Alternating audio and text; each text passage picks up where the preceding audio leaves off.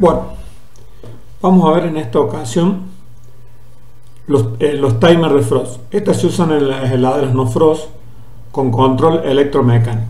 Este es un componente electromecánico que consta de un motor que tiene hace un giro.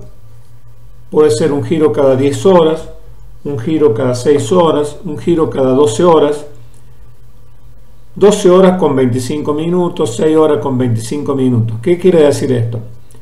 Que si tenemos un timer de frost de 10 horas de marcha y 25 minutos parado, va a dar toda la vuelta en 10 horas y 25. En 10 horas va a manejar el frío, es decir, va a mandar tensión al motocompresor 10 horas. Por supuesto, el motocompresor ya vamos a ver bien definido. El motocompresor está manejado a su vez por un termostato que va a regular la temperatura del equipo. Pero cada 10 horas va a parar 25 minutos. Esos 25 minutos los va a dedicar ¿a qué? A hacer el descongelamiento de la heladera. Entonces, en 25 minutos va a prender una resistencia, va a descongelar todo el evaporador. Bien. Ahora, como habíamos dicho, esto consta de un motor que va a girar cada 10 horas y 25 minutos, va a hacer un giro completo y en ese giro va a andar motocompresor y llega en un punto donde hace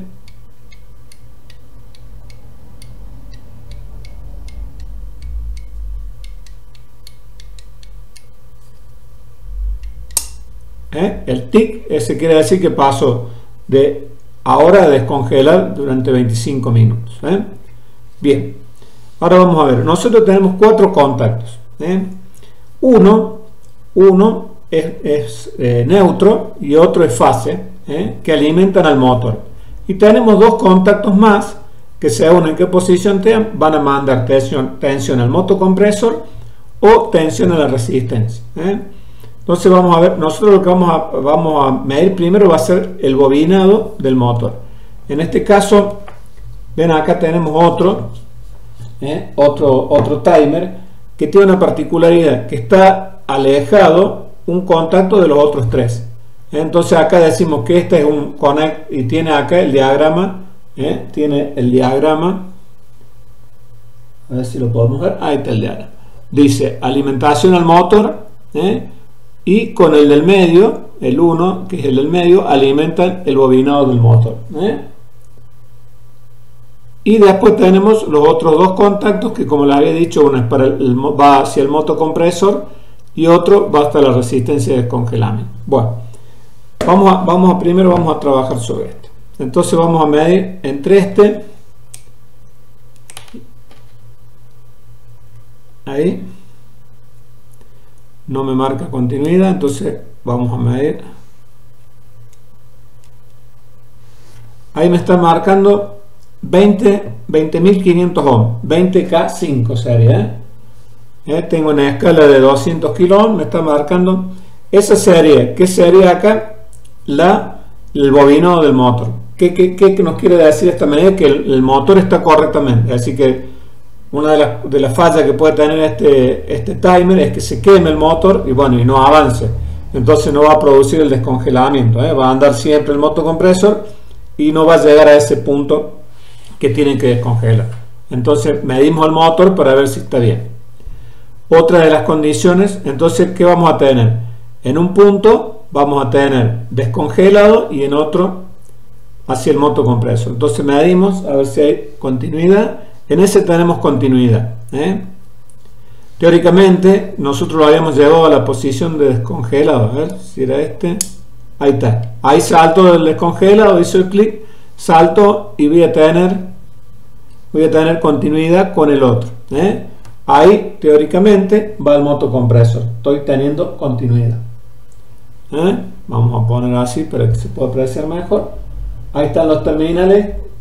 Es decir, que voy a tener entre el medio, que este sería línea. Ahí vamos a ver cómo está conectado. Entre este y este tengo continuidad. Así que la tensión va a venir por acá y va a ir por acá el motocompresor. Bueno, yo voy a girar.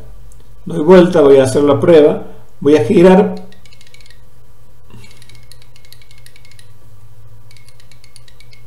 teóricamente una vuelta completa hay salto, cortó, ustedes ven que ya no tengo más continuidad en ese terminal y voy a tener continuidad al otro extremo, me va a ir la leva, va a pasar continuidad al otro extremo. Y ahí vemos que tengo continuidad, ahí me estaría pasando a la resistencia. Si vemos, yo si lo pongo a este en esa posición, estaría al revés. Nosotros tenemos el común, en esta posición quedaría así. Ahora vamos a trabajar con este. Vamos a trabajar con este otro. Vamos a medir 2 para ver alguna diferencia. Ahí tengo, es decir, es distinto el bobinado, mide 30,3 kilo ohm, 30.300 ohm. Ahí está en la posición motocompresor, tiene continuidad. Hacia el motocompresor, si yo le doy, ahí me pasé, vamos a dar toda la vuelta completa. Ahí corto y voy a tener continuidad hacia la resistencia de descongelamiento. ¿Qué sucede acá con esto? Por eso es importante conocer el funcionamiento. Puede variar de un timer a otro, puede variar la posición. Puede ser que de un lado vaya al motocompresor y se invierta y del otro lado vaya a la resistencia. Entonces yo, haciendo las mediciones correspondientes del componente que saco y del que tengo para reemplazar, lo único que tengo que hacer, si se invierte, es cambiar la posición de la ficha. Y de esta forma yo puedo usar cualquier timer de frost. Es más, si yo por ahí tengo un timer de frost que trabaja 10 horas y para 25 minutos y me junta hielo, puedo decir, bueno, voy a buscar uno de 6 horas para que me haga un descongelamiento más seguido, entonces evito el bloqueo del evaporador. Ahora vamos a ver cómo conectamos con todo el sistema, cómo se conecta con todo el sistema completo. Acá vemos la parte gráfica de nuestro circuito de una heladera no frost. Vemos el toma corriente, vamos a dibujar la primera línea, el neutro que va al timer de frost. Y ahí conectamos con línea. Ahora vamos a conectar la fase a la otra pata del timer de frost que alimenta al motor.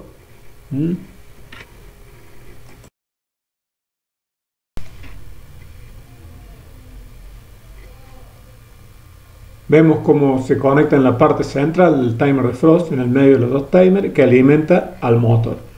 De la parte superior, de la pata de arriba del timer, como vemos en el gráfico, vamos a sacar la línea, la fase sería que va a unir al termostato. El termostato es el que regula la temperatura.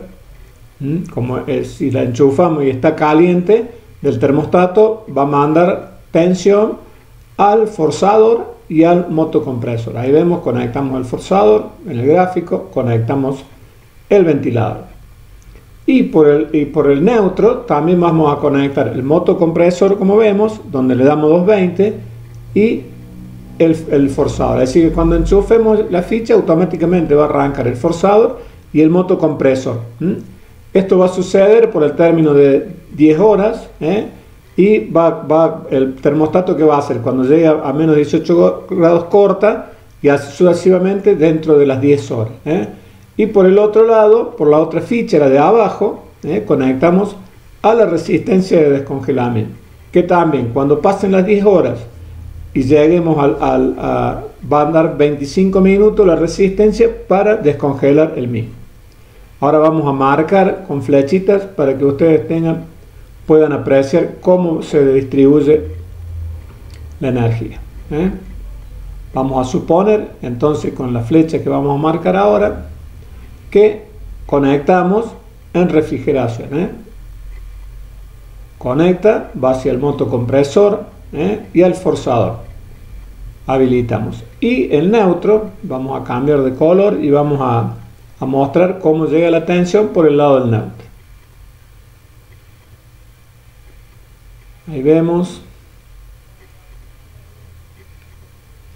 por el lado neutro, nos desplazamos hacia abajo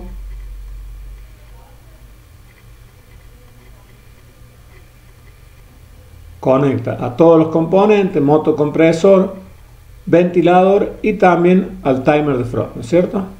Al timer de frost y también va a conectar al termostato de descongelamiento que va en el evaporador, el bimetal que se llama. Ese bimetal es el encargo de regular, de controlar la temperatura de trabajo de la resistencia.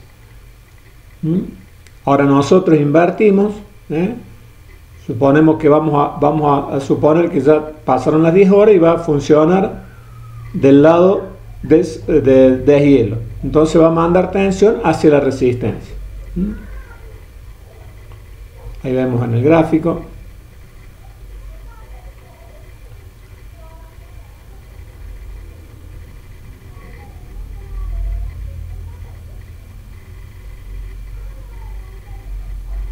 En el gráfico recuerden entonces que el bimetal lo que va a hacer cuando llegue a menos 12 grados centígrados va a habilitar para que funcione la resistencia. Si funciona la resistencia, si está a menos de 12 grados de temperatura, vamos a tener tensión, y va a calentar y va a producir el descongelado.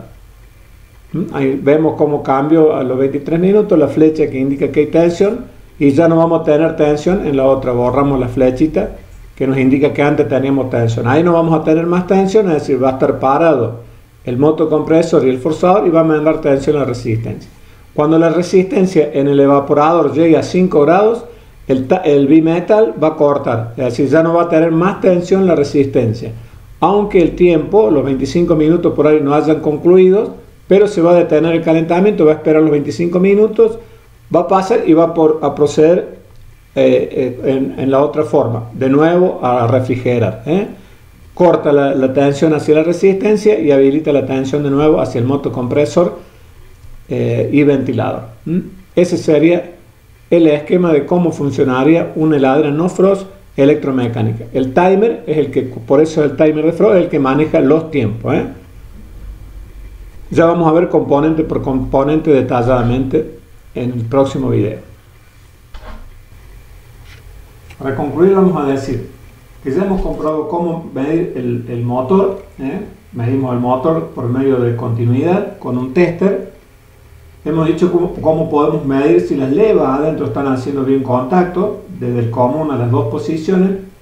Y otra medición que podemos hacer, porque como esto consta de una serie de engranajes adentro que se pueden llegar a trabar, lo que podremos hacer para comprobar si los engranajes funcionan es llevar con la mano, cuando la heladera está funcionando, nosotros siempre vamos a tener acceso en el lugar que esté al perno de accionamiento. Entonces lo vamos a llevar en forma manual al descongelamiento. Cuando llega al descongelamiento, ¿qué hacemos? Lo dejamos. Sabemos, si esto funciona bien, vamos a tener que esperar 25 minutos para que sola la heladera salga de esa posición. Si la heladera nosotros la ponemos en descongelamiento y esperamos más de 25 minutos y no sale de esa posición, quiere decir que pueden estar trabados o gastados los engranajes y no accionan el mecanismo, entonces no avanza. Esa es una forma fácil de esperar unos minutitos y saber si la heladera, si este componente está fallado. Es decir, sería la última comprobación o la primera que podemos hacer. Nosotros podemos ir a una heladera y lo primero que hacemos es ponemos en descongelamiento con una pinza amperométrica. Ya vamos a ver cómo se hace. Podemos medir cuando ponemos en descongelamiento si consume la resistencia. Y ya sabemos si consume la resistencia que está andando todo bien, con la pinza amperométrica.